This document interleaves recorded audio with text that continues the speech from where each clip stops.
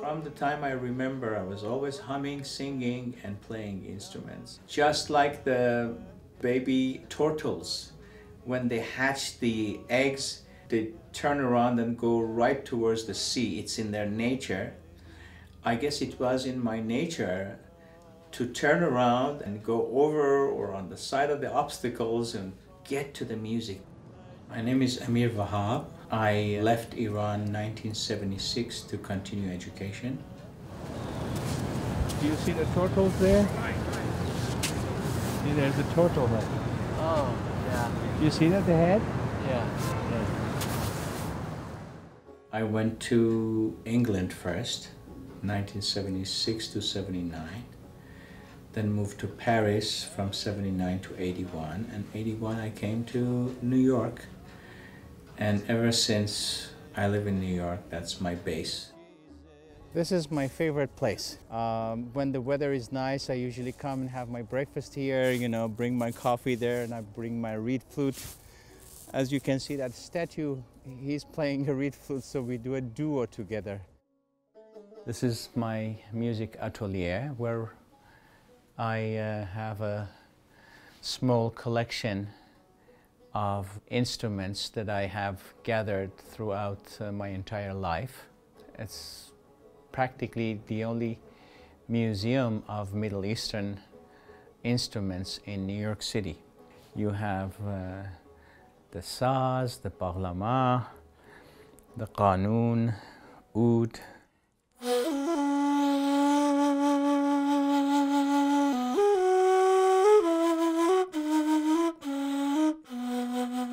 The ney goes back thousands of years already to the, we know King David played this. This ney is especially beautiful, has all this ornamentation, and here you have a face of a so-called Sufi, or a mystic, a wise, learned man.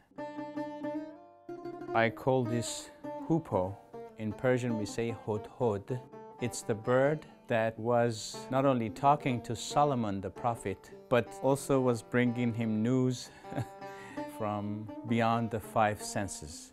The tanbour is played with the 10 fingers of both hands. It is said to be the oldest lute known to mankind. The estimate is at least 5,000 years it's been around. My influences back in Iran as a child and then later on as a teenager were both in the area of music and then mysticism. I was definitely touched by what on those days you would call Sufi writings. These days I prefer to use the word spiritual rather than Sufism, because what I believe to be a true spiritual teaching is what is shared amongst all the authentic religions. The backbone of a spirituality is what is common and is shared.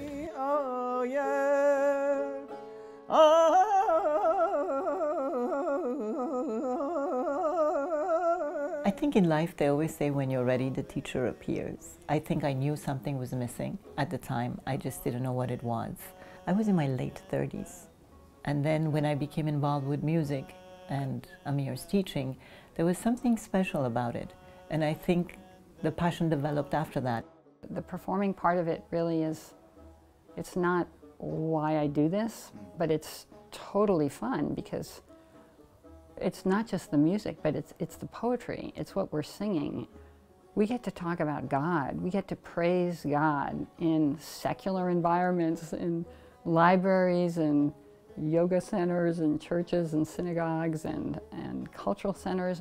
Each one is a transcendent experience.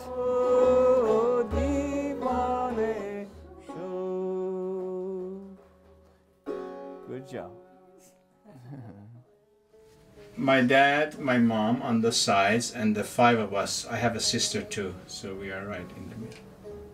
The average Iranian families, basically there are 3 or 4 jobs, you know, doctors, engineers, maybe lawyers, You know, if you say I want to be a musician, at least in my time when I was growing up, it was not considered a serious enough job. My father was a colonel in the army. He was not against music, but he would say, you know, do your engineering, do your doctorate, you know, and do music on the side. I have a degree in linguistics. I even finished pre-med in France. And then I came here and I finished micromechanical engineering to make everybody happy. These are some of the posters. There are actually tons of posters on my website, without exaggeration, maybe 200 different posters from 200 different events. It's like a little reminder of my past. I have started this around 1981 here, and there has certainly been a lot of appreciation on behalf of my students that we do provide a home, a place where we can sing together, drum together, play music together. We have a rehearsal at 2 o'clock.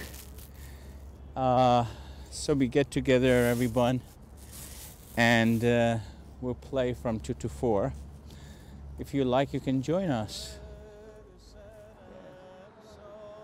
Especially past 10 years, I've seen at least 2 other musicians back in Iran pretty much doing what I did here. Of course, in Iran you have more facilities because there are more Iranians, you know, out of 80 million Iranians. It would be easier to recruit, you know, music lovers. Here in New York is a little bit more difficult. I remember the first concert I went to of Amir's after meeting him. I heard that he was giving a concert at Columbia for the Iranian Students Association. I didn't even know there was such a thing.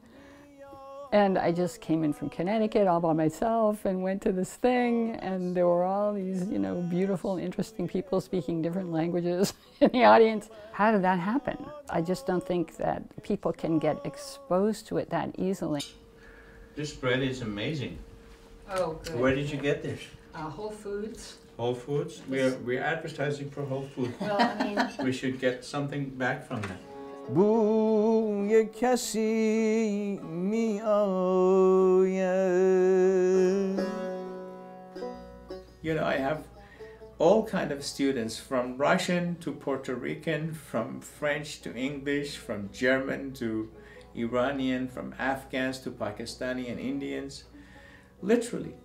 So it's really totally, you know, international and interreligion, interfaith. Before we are Russian, French, German, Australian, we are human beings, and our souls have more in common and similarities than differences. The music I choose, it takes people to their spiritual roots deep inside, regardless of the fact that it's Persian. I think it's really hard for people to look past the surface, maybe, of what has happened with organized religion, and to find their way to the inside, to that which is common, that which is shared, the mystical heart. And Amir is a door, and I believe that he speaks a truth that is you know, extremely rare in our society, because he won't be compromised. My dream is to have a cultural center.